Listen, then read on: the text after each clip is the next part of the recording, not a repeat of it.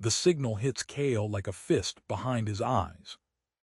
He jerks upright in the dark, gasping, sheets twisted around his legs. The safe house hums with the low drone of recycled air and sleeping bodies.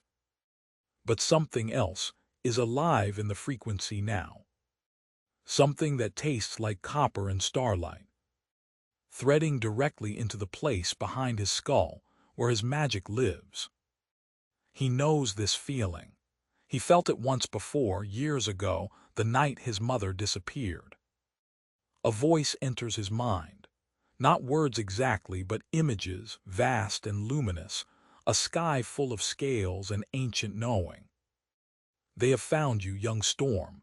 The Empire's eye is turning. The dragon's presence fills the room like pressure before lightning. Cael can feel her somewhere above the city spire, circling in the thermosphere, her wings cutting through orbital debris.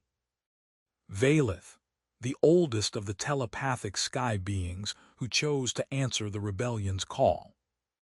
He swings his feet to the cold floor. His hands are shaking, and pale threads of cosmic light arc between his fingers unbidden. Across the room, Lyra is already awake. Her silver-dark hair catches the glow from his hands, and her eyes are sharp, utterly alert, as if she never truly sleeps. "I heard it too," she whispers. Within minutes the safe house is a controlled storm of preparation. Juntal pulls up hollow schematics on a cracked datapad, his fingers dancing, narrating every worst-case scenario, with the gallows humor that keeps them all sane. Myril Ash stands at the map table, calm as a surgeon. Plotting extraction routes through the lower spire districts, where Imperial surveillance thins. Sara Quill is already armed, pacing, her restlessness a blade looking for something to cut. Cael briefs them on Valeth's warning. The Empire hasn't just detected them. Sovereign Malrek's resonance harvesters, the orbital stations that drain living energy from entire ecosystems, have been recalibrated. They're no longer just feeding the war machine. They're scanning for wild magic signatures. Scanning for him. Far above the world, in a throne room of black glass suspended between two dying moons, Malrek sits motionless. He does not need to move. His consciousness extends through every harvester, every surveillance node, every terrified informant in every city spire. He felt the boy's power flare 3 nights ago, raw and uncontrolled, and he smiled for the first time in years. Wild cosmic magic has not existed since he personally extinguished the last of its carriers. Or so he believed. The mission is simple and suicidal. A harvester relay station sits at the base of Spire Kethon, lightly guarded because the Empire never imagined anyone would be foolish enough to strike one. Jun says he can disable its scanning array if they get him inside. Myril gives them a 40% chance of survival. "I've worked with worse," Sara says, grinning like it's a dare. They gear up in silence. Cael is checking the charge on his pulse gauntlet when Lyra steps close. Close enough that he can smell the iron and rain scent she carries.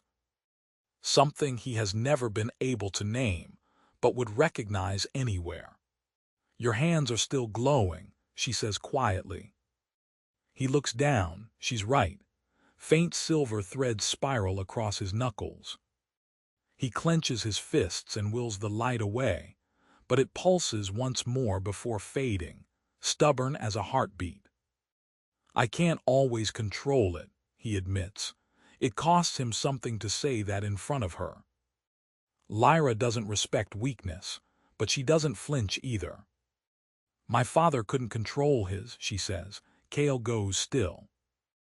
Lyra never talks about her family.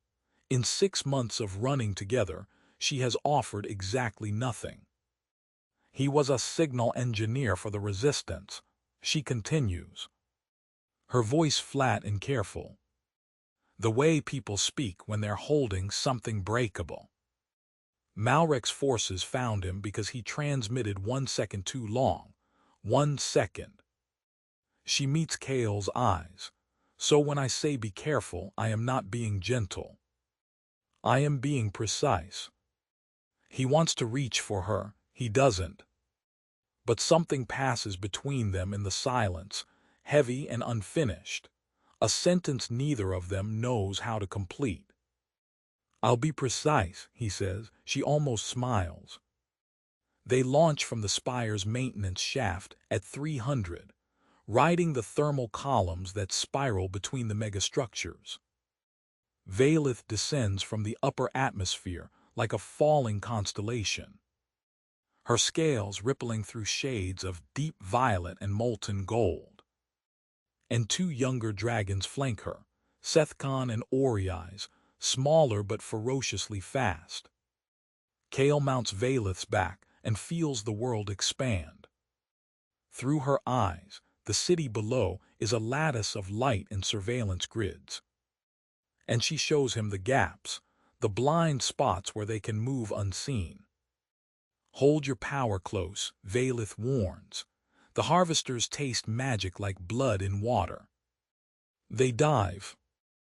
Wind tears at Cael's jacket as Valeth drops between 2 spires, threading a canyon of steel and glass at horrifying speed. Jun rides behind Sora on Sethkon, whooping and cursing in equal measure. Lyra and Myril are on Oreis, silent and focused. And Cael can feel Lyra's awareness like a steady point of light at the edge of his mind. A connection he doesn't fully understand. Then the Imperial drones find them. They come in a swarm from the eastern grid. 40 or 50 insectal machines, with red scanning beams that slice through the dark. Sethkon roars. A sound that exists partly in the physical world, and partly in the telepathic spectrum. And it scrambles the nearest drones into spiraling confusion. Oreis banks hard, and Myril fires precise pulse shots from her mounted position, each one disabling a drone with mechanical efficiency. But more are coming. Cael can feel the harvester relay station pulsing ahead, a low, sick hum that makes his magic recoil. Valeth surges forward, and he leans into her neck, letting cosmic energy flow through his hands into her scales. She blazes like a comet. The drones scatter from her heat. They hit the station's landing platform hard. Jun is running before Sethkon fully lands, datapad out, fingers already working. 60 seconds, Jun shouts. Give me 60 seconds and don't let anything kill me. Cael stands guard while Jun works, and that's when the memory surfaces. It doesn't come gently. It comes like Valeth's signal, a blade of light behind his eyes. He sees a room he doesn't recognize, white walls, a woman's hands moving over a console, his mother's hands. She is speaking to someone he cannot see, and her words are calm and terrible. The boy carries the Aetherion sequence. It wasn't supposed to manifest for another generation. You have to hide him before Malrek realizes what he is. The vision fractures. Cael staggers, catches himself on the relay housing. Lyra is beside him instantly, gripping his arm. What happened? My mother, he breathes. She knew what I was before I was born. He stops. The pieces are rearranging in his mind, and the picture they form is vast and frightening. She didn't just hide me from the Empire. She engineered me. The magic isn't an accident, Lyra. I was designed. Jun's voice cuts through. Arrays down. We need to move now. But Valeth's presence fills Cael's mind again. And this time, her ancient voice carries something he has never heard from her before. Fear, young storm. The array you disabled was not scanning for you. Cael freezes on the platform. The wind howls between the spires. It was scanning for what sleeps beneath this city. And now that the signal is gone, it is waking up. The ground shudders. Deep below Spire Kethon, something immense shifts. Something that has been held in electromagnetic stasis for centuries. Kept dormant by the very harvester technology they just destroyed. The platform cracks beneath their feet. Jun looks at his datapad. His face goes white. There's a life sign down there. One life sign. It's the size of 6 city blocks.